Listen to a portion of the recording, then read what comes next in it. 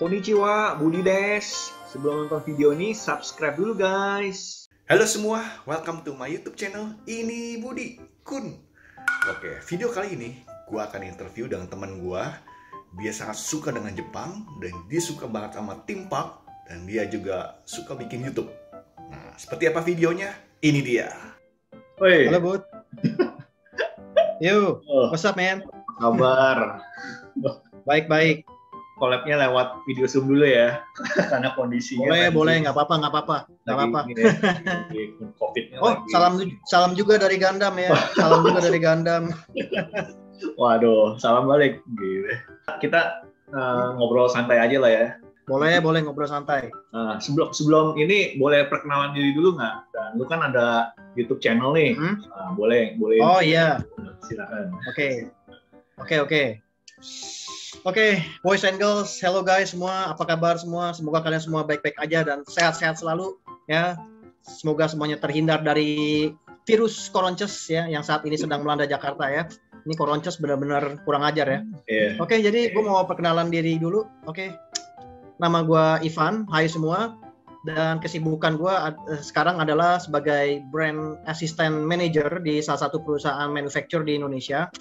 Dan gue juga punya YouTube channel. Dan gue sebenarnya punya 2 YouTube channel ya. Yang satu YouTube channelnya tentang wisata dan especially theme park. Jadi gue membahas berbagai macam theme park dari berbagai negara ya, termasuk Indonesia. Dan yang paling utama adalah Jepang.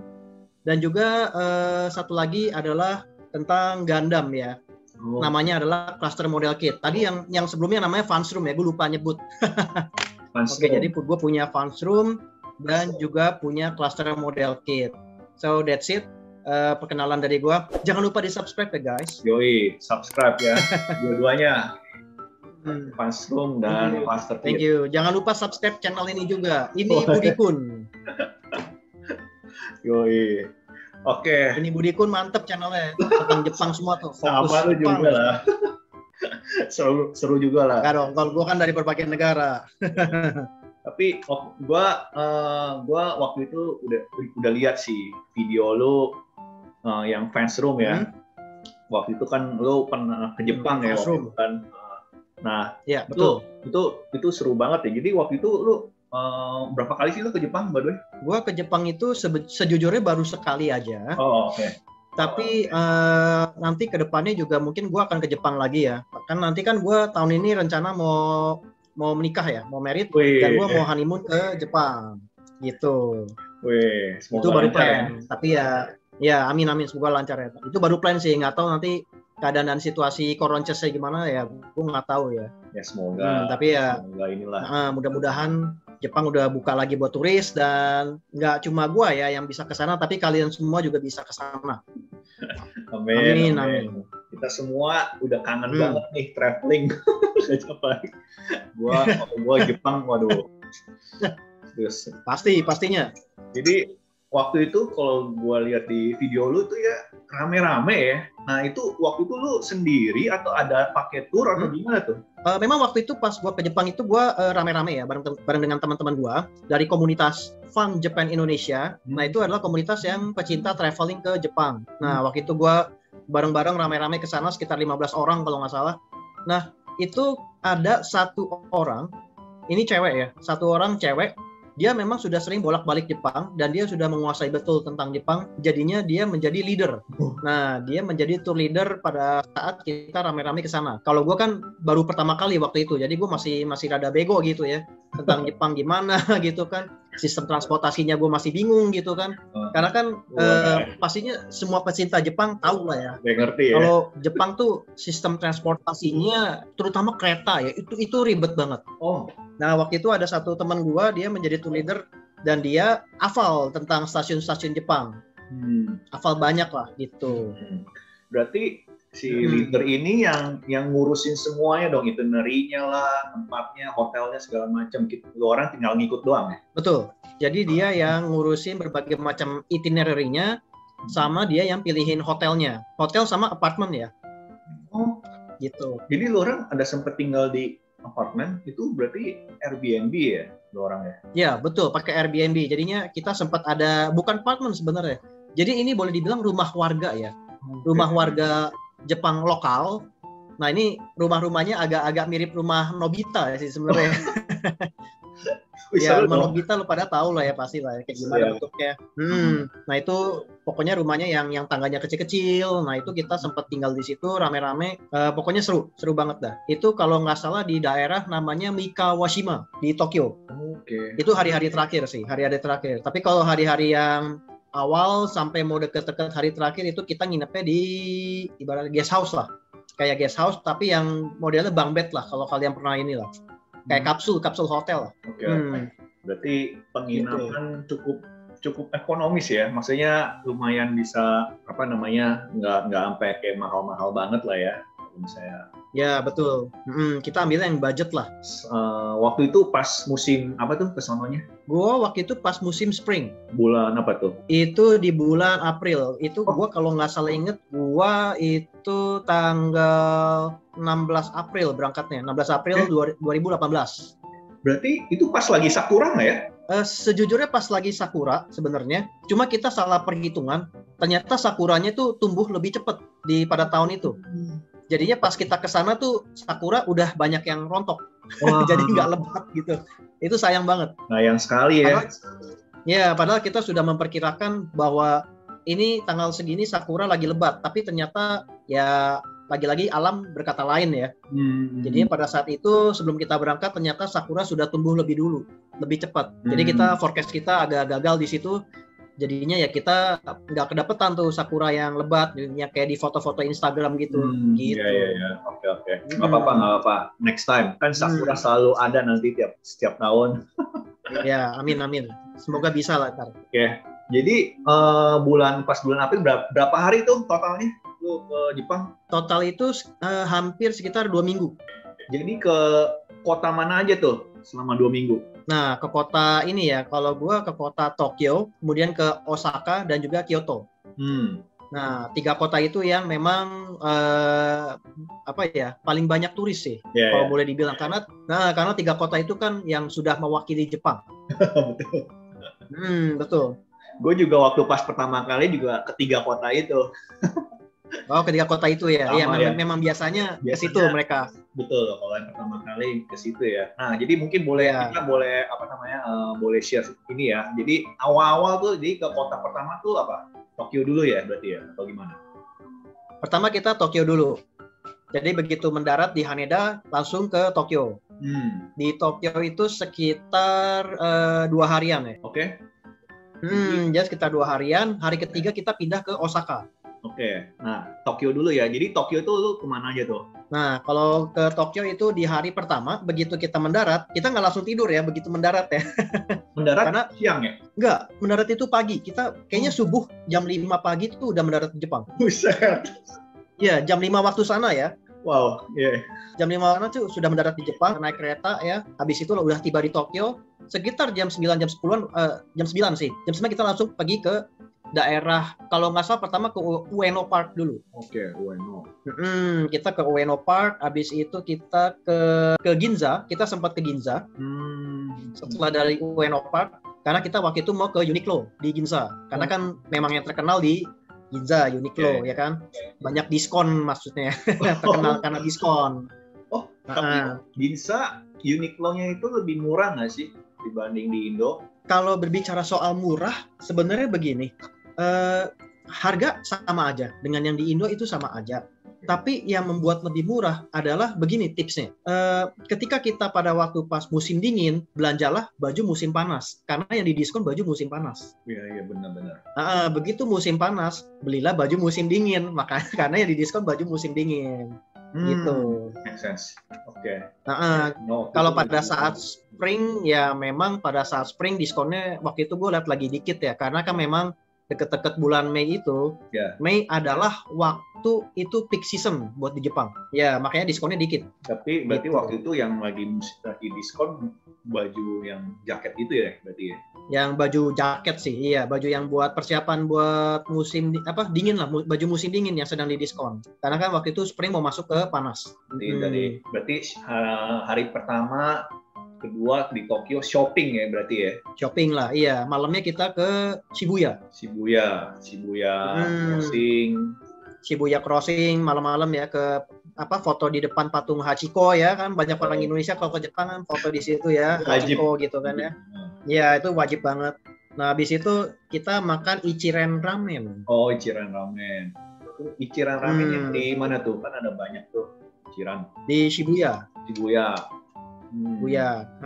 Nah itu ada vlognya di YouTube channel gua. Nah jadi yang penasaran bisa cek di YouTube channel Fans Room ya. Iya. Yeah. Itu 2 hari pertama di Tokyo ya. Oke. Tokyo betul. Nah Tokyo. selanjutnya habis itu pindah kota ya. Hari ketiga ke Kyoto ya. Hari ketiga iya. Hari keduanya masih di Tokyo. Tapi di Tokyo itu kita ini sih ke Takeshita Street di hari kedua. Oke, itu yang. Takeshita Street dan ke Menara Tokyo. Menara Tokyo sih nggak sampai dekat, tapi dari jauh lah kelihatan Menara Tokyonya. Benar-benar di Tokyonya. Baru hari ketiga kita pindah ke Osaka. Oke, Osaka. Oke. Tadi yang Menara Tokyo, maksudnya Tokyo Tower apa Tokyo Skytree ya? Tokyo Tower. Tokyo Tower. Oke. Ya, Skytree kita nggak sempat ke sana. Oke. Nah, sayang banget. Mungkin nanti tahun depan kali ya. Yoi, pas honeymoon. itu ya cocok loh. buat ya. Buat ngajak calon gue shopping itu di situ tuh. Shopping lagi nih. Oh iya, tadi ya mungkin nanti juga mau ke Sumida Aquarium ya, di bawahnya Tokyo Skytree kan ada. Nggak tahu tuh, bagus ya? Kelihatannya bagus ya, kelihatannya nggak kalah dengan Osaka Aquarium, tapi ya lebih kecil memang, tapi bagus juga. Oke.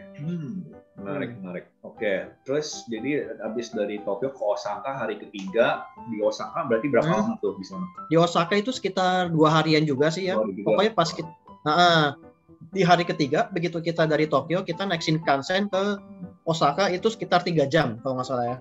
Cukup lama. Yeah. Jadinya kita bisa bobo dulu di Shinkansen gitu ya, simpen tenaga dulu. Begitu sampai di Osaka, sampai di hotel, kita titip koper karena masih pagi waktu itu, dan kita memutuskan untuk ke Osaka Castle sesuai itinerary-nya ya. Oke. Osaka Castle kita di situ ya, foto-foto lah apa segala macem. Ya. Bagus sih, bagus banget. Oke, setelah dari Osaka Castle kemana tuh emang? Nah, setelah dari Osaka Castle ini yang seru nih. Kita ke Dotonbori. Yang sering ke Jepang pasti tahu. Tahu ya, yang banyak makanan semua tuh.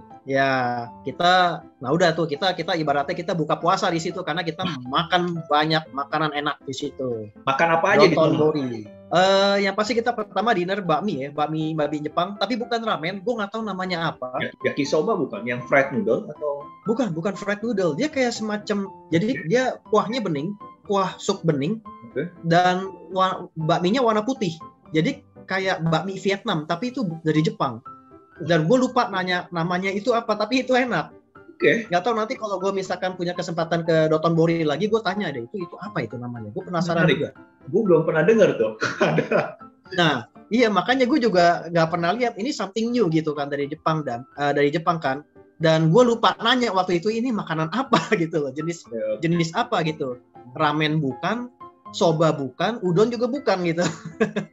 Wow, oke. Iya, something new gitu di Dotonbori. Nice. Selain makan bakmi itu, apa lagi tuh di sono makan? Nah, kita mencoba menu andalannya Dotonbori ya, yaitu yakitori ya. Yakitori apa sih bentuknya bulat? Takoyaki, betul. Takoyaki, betul. Kita cobain takoyaki dengan daging cumi yang masih hidup sebenarnya. Masih hidup? Masih hidup, jadinya. Karena kan memang orang Jepang kan suka makan makanan ini ya, laut yang masih hidup gitu kan, mereka juga suka makan gitu kan. Nah kita cobain itu. Enak banget ya. Enak banget. Kalau gue sih suka ya. Gila kalau masih hidup, berarti fresh banget dong ya. Fresh banget. Jadinya dia dimasak hidup-hidup langsung. Nah udah makannya hidup-hidup juga. Wow. Nah iya kebayang kan? Oke. Nggak kebayang tuh, gue aja nggak kebayang sampai sekarang tuh. Kalau kita mau makan aja lah, yang penting enak. Oke. Iya. Takoyaki, terus bakmi, terus ya kita coba berbagai macam es krim gitu ya, es krim matcha gitu ya. Es krim matchanya yang bentuknya kon, tapi ini konnya, tapi tingginya segini nih, banyak banget tuh. Tinggi ya? Dan memang Betul, tinggi banget. Dan harganya juga gue kaget, ternyata nggak terlalu mahal. Harganya itu sekitar 20-30 ribu aja. Nah, which is itu harga yang sama dengan es krim Singapura ya, yang gue makan di Singapura gitu loh. Ya, es krim Singapura tuh yang roti itu ya? Ya, yang pakai wafer gitu. Itu kan pakai wafer kan sekitar segituan juga tuh, 15 ribuan atau 20 ribuan. Nah, ini kita dengan nambahin dikit lagi dapetnya banyak tuh, es krim matcha tuh. Itu jadi satu rasa tuh yang tinggi. Satu rasa doang, matcha doang. Bisa satu rasa, bisa dicombine sama vanilla. Biasanya matcha dicombine sama vanilla. Tapi waktu itu gue nyobanya dicombine dengan coklat. Itu enak banget. Swear, enak banget. Itu seolah-olah bukan es krim yang baru disimpan semalam ya. Jadi kayak bener-bener baru dibikin tuh es krim. Oke. Gue jadi lapar deh. Oke. Sama gue juga. Oke, jadi itu ya. Ya, dan setelah itu ya attraction utamanya di Dotonbori adalah ya pasti lu juga tahu lah ya. Pasti kita foto itu ya. Betul. Nah, ini udah bisa nebak nih si Budi nih. Karena waktu itu gua ke sono juga, pasti Osaka. Nah, iya. Iya, lu ke sono juga ya. Oke, jadi berarti ini udah malam dong ya di Dotonborinya ya. Udah malam. Di Dotonbori kita sampai malam, tapi nggak malam banget sih. Sekitar jam 9 malam itu udah sampai di hotel. Tapi kok kayaknya kita berasa masih sore gitu. Masih berasa ini malam masih panjang ini di Osaka nih. Akhirnya kita pergi pisah ya sendiri-sendiri. Ada yang ke toko Daiso, tapi ada juga yang kalau gue pribadi gue sendirian pergi jalan-jalan di malam hari menelusuri perumahan-perumahan di Osaka. Iseng ya gue ya. Emang ada yang unik di perumahan Osaka itu? Ada. Ada buka tempat pachinko itu 24 jam. Dan gue iseng-iseng masuk, gue ngeliat kok kayaknya mainnya seru gitu loh. Banyak banget orang Jepang main pachinko itu sampai berjam-jam di situ. Iya. Malam-malam. Meskipun gue nggak sempat cobain sih, karena gue ya memang gue nggak terlalu tertarik juga dengan pachinko, tapi buat gue ini sesuatu yang beda gitu, yang tidak ada di Indonesia gitu. Tempat pachinko 24 jam, bayangin aja. Nah udah, kalau bukan di Indo digerobak. Iya. Dan memang waktu itu gue juga sempet nggak sengaja ketemu teman gua yang lagi di supermarket, dan kita jalan-jalan malam lagi di Osaka, hampir nemu tuh kampung Korea tuh. Cuma sayangnya kita nggak kesana karena udah malam banget. Gua baru tahu ada kampung Korea di Osaka juga. Ada kampung Korea, ada Korean Town kalau nggak salah. Itu kita nggak sempat kesana, tapi kayaknya seru. Oke. Nah, cuma udah malam banget, jadi kita nggak kesana. Oke. Jadi habis jalan-jalan Nisa, terus balik besokannya ke mana tuh? Nah, hari keempat ya, kebesokannya. Nah, ini yang paling gue suka. Hari keempat itu adalah hari yang gue tunggu-tunggu. Itu gue ke Universal Studios. Waduh. Nah, itu mungkin kalau boleh dibilang di antara teman-teman gue, ya gue yang paling niat ya ke situ ya. Ya, karena gue waktu itu inget banget, gue berdua sama temen gue, kita jam 5 pagi itu sudah sampai sana. Jam 5 pagi? Gile. Ya, betul, jam 5 pagi. Berangkat jam berapa tuh? Kita berangkat 5:30. Oh, setengah jam ya? Setengah jam. Dan karena nggak begitu jauh dari tempat kita tidur gitu kan. Okay. Dari Tamat Sukuri, nama daerahnya Tamat Sukuri, menuju ke Universal Studio-nya. Iya. Emang jam 5 udah buka Universal Studio-nya? Untuk theme park-nya Universal Studio belum buka sih. Tapi toko-toko di pinggiran Universal Studio-nya kan ada nama area namanya Universal City. Ya. Universal City Walk itu jadi kayak mall outdoor, kayak Ciamplas Walk lah, kayak begitulah.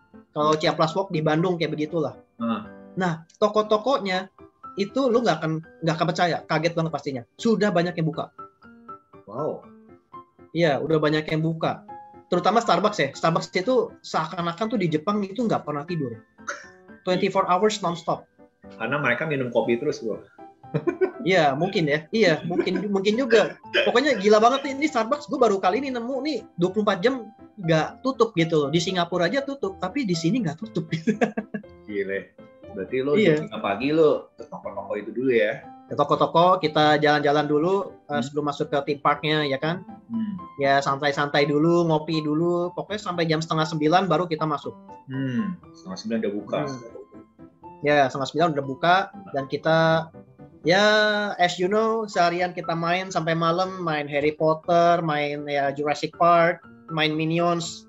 Semua attraction kita mainin ya, dan yang paling berkesan buat gua adalah Final Fantasy. Itu keren banget. Final Fantasy. What? Ada, tapi sekarang udah nggak ada ya. Oh, man. Iya, sekarang udah nggak ada. Final Fantasy keberapa nih? Dia waktu itu menampilin yang ke-7. 7, wah, yang sih. Ya. FIFA. Jadi ini wahana Final Fantasy berupa ini ya. Jadi kayak kita naik kereta, kayak roller coaster, tapi kita dikasih VR lagi. Nah, di VR-nya itu ada film Final Fantasy-nya. Jadi kita bisa ngelihat si Cloud sama Sephiroth lagi berantem kayak gitu loh. Nah, dan itu seru banget, buset. Dan seru, pasti seru. Dan gue bersyukur ya, gue bisa mengalami itu walaupun cuma sekali dan cuma 3 menit doang, tapi ya gue bersyukur udah ngalamin itu sekali seumur hidup kayaknya. Iyalah, gila men. Iya, karena sekarang udah nggak ada. Makanya. Oh my. Nah. Terus, berarti lu suka banget ya, kayak ke naik roller coaster lah, atraksi-atraksi yang suka banget. Oh, suka banget. Yang lain pada nggak mau naik flying dinosaur, gue mau naik flying dinosaur. Gila, lu kebalikan sama gue sih. Kalau gue tuh jujur takut, makanya gue pernah komen kan deh lu, yang lu naik roller coaster yang pas di Jakarta lu sambil ngerekam, gila nih, berani banget. Oh, itu sejujurnya masih enteng sih, masih enteng. Halilintar aja gue pernah, itu gue naik sambil ngerekam itu pernah juga. Wah, gila gue. Halilintar yang di Dufan itu masih enteng. Once gini loh, maksud gue gini. Ketika lu mencoba roller coaster di Jepang, yang di Indonesia udah nggak ada apa-apanya. Karena roller coaster Jepang tuh udah tinggi-tinggi kan, kecepatannya juga minimal 200 km per jam, lu bayangin aja gitu. Berarti lebih ekstrim ya? Iya. Jadi ini hari yang bener paling happy-nya lu ya di Universal ya. Iya betul. Ya, berarti ini berarti hari keempat seharian ya di sana ya? Seharian semalaman ada di Universal Studios sampai jam sekitar jam 11 malam lah. Dari jam 5 pagi sampai jam 11 malam. Itu nggak iya, betul. Oh my god. Oke.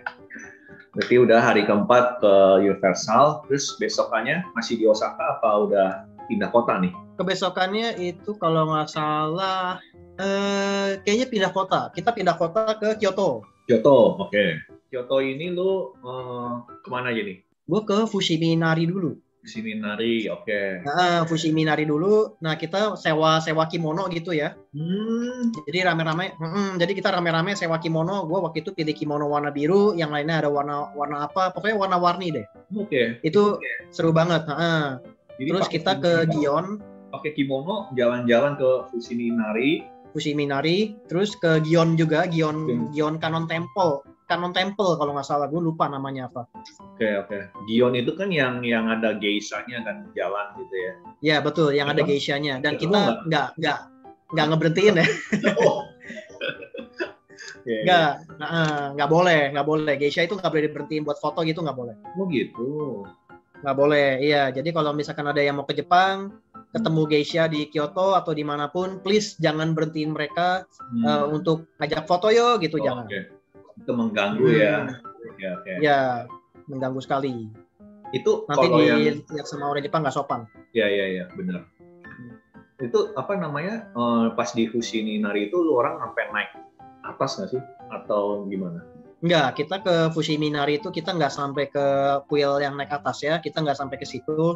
Paling kita cuma jajan-jajan aja, street food di situ. Karena banyak banget street food di Fushimi-Inari. Terus ya foto-foto di tiang yang merah-merah gitu yang banyak tuh gitu kan. Ternyata tuh tiang merah-merah banyak di Fushimi-Inari tuh nggak cuma ada di satu spot, tapi ternyata ada banyak spot juga yang seperti itu. Jadinya kita bisa foto bebas di mana aja. Kalau di Kyoto memang tuh banyak sih, di mana-mana ada. Karena Kyoto lumayan kental ya, apa namanya, budaya tradisional, Shinto-nya, tempelnya. Iya. Betul. Oke. Gitu. Berarti itu tadi nyewa kimono seharian tuh ya? Nyewa kimono itu sampai sore, ada jamnya sebenarnya. Oke. Jadi kita dikasih waktu sekitar 5 atau 6 jam gitu ya. Nah, pada saat udah sore kita balikin gitu kan. Itu berapaan ya? Sorry. Itu kalau nggak salah tergantung jenis kimono yang kita sewa. Waktu itu gua nyewa itu di harga 3.300 yen. Oke. Iya, jadi kalau dirupiahkan itu sekitar 400 ribuan. Not bad. Mm-mm. Tergantung ini ya, jadi ada kimono desainnya yang rame, full color, ada yang simple gitu ya. Ya, betul. Tergantung dari jenis kimono yang akan kita sewa gitu. Sorry. Biasanya yang lebih mahal yang cewek sih. Cowok simple aja ya. Lu orang pegel nggak sih jangan pakai kimono seharian gitu? Enggak. Karena waktu itu kita tidak disediakan bakyak ya. Oh. Nah, kita nggak pakai bakyak, kita pakainya sendal biasa, jadinya nggak pegel gitu. Oke, sendal biasa. Oke. Mungkin karena memang tempat penyewaan kimononya juga tahu gitu kan, karena banyak turis yang sewa juga dan nggak terbiasa pakai bakyak, akhirnya disediakanlah sendal gitu. Oke, benar. Oke, jadi seharian itu, terus lanjut besokannya. Kebesokannya kita ke Arashiyama. Tuh Arashiyama tuh yang mana ya? Bambu ya? Hutan bambu. Oh ya, bambu. Iya betul, hutan bambu. Hutan bambu Arashiyama. Terus kita kalau nggak salah kita jalan-jalan juga di danau apa ya? Gue lupa nama danaunya. Dan waktu itu panas. Oh, ada danau ya? Ada danau di Kyoto. Gue lupa nama danaunya apa. Dan waktu itu memang kita lagi hot ya, cuacanya lagi agak panas gitu ya. Walaupun nggak sepanas Jakarta ya, karena masih spring. Dan itu enak banget di situ ya. Jadi kita bisa nyobain berbagai macam makanan tradisional Jepang. Terus ngeliat oleh-oleh tradisional Jepang juga. Terus ada kekuil buen apa gitu pokoknya lah. Gue lupa. Oke. Nonton aja di vlog gue dah. Pokoknya gue lupa namanya. Siap. Oke, berarti ke itu, terus di situ udah ya. Kyoto di situ ya, berarti ya. Kyoto di situ dan besoknya kita kalau nggak salah ke Kawaguchiko. Oh, Kawaguchiko. Jadi sebenarnya pas yang kita ke Kyoto itu kita nggak pindah hotel ke Kyoto. Kita tetap stay di Osaka, tapi kita pulang pergi ke Kyoto. Karena kan Osaka sama Kyoto tuh jaraknya dekat. Oh, jadi pas di 2 hari di Kyoto ini habis sudah malam balik ke Osaka. Karena memang sebenarnya jaraknya antara Osaka dengan Kyoto tuh kayak dari sini Bogor. Oke, berarti sejam.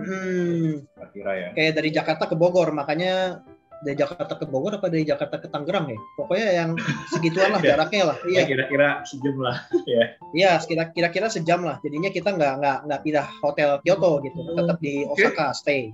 Oke, menarik. Ini mungkin satu tips ya, berarti yang cukup lumayan bisa kita ini ya, Iya, betul. Ke Kyoto bisa juga kita nginepnya di Osaka karena nggak terlalu jauh. Oke. Iya, betul. Karena buat menghemat budget juga kan sebenarnya. Ya. Nah, jadi pas habis dari Kyoto ke Kawaguchi ya. Kawaguchiko. Itu tuh itu Gunung Fuji ya. Kawaguchiko itu Gunung Fuji, betul. Jadi sebenarnya Kawaguchiko ini adalah nama danau dan main attraction-nya adalah Mount Fuji. Jadi ini kayak semacam danau. Danaunya gede banget danau gitu ya. Tapi begitu kita ngeliat ke seberangnya itu Gunung Fuji. Nah, sebenarnya di sekitaran kaki Gunung Fuji itu banyak banget spot-spot rekreasi yang sangat-sangat luar biasa. Salah satunya yang terkenal adalah Kawaguchiko.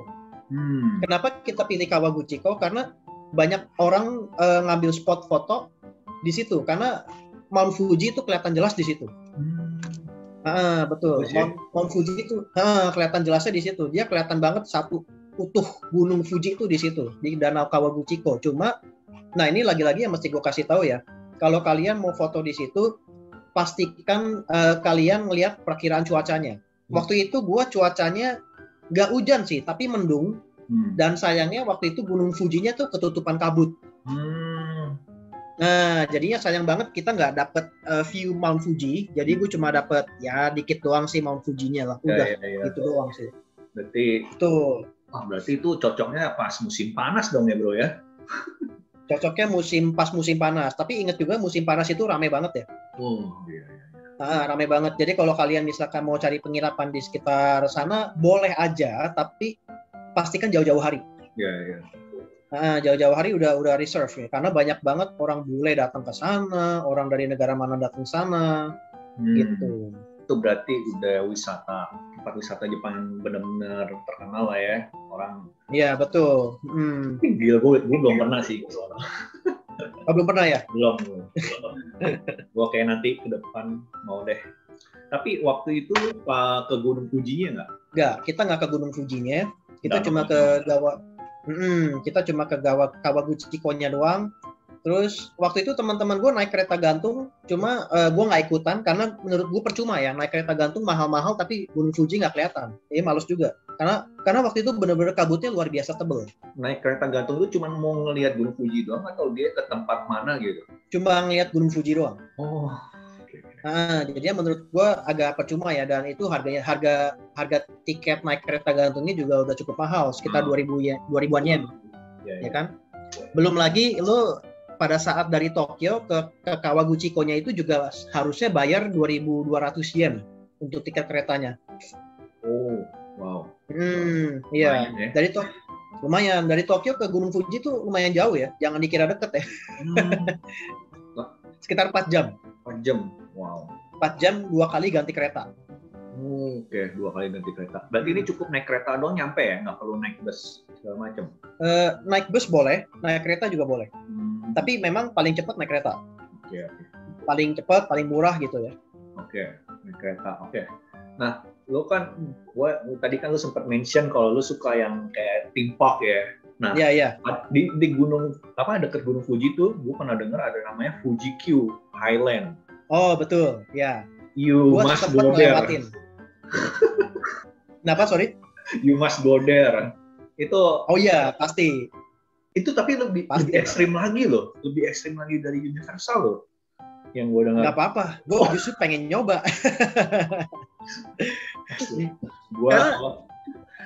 Gue kalau misalnya ke sana tuh gue dibayar aja, gue nggak mau deh.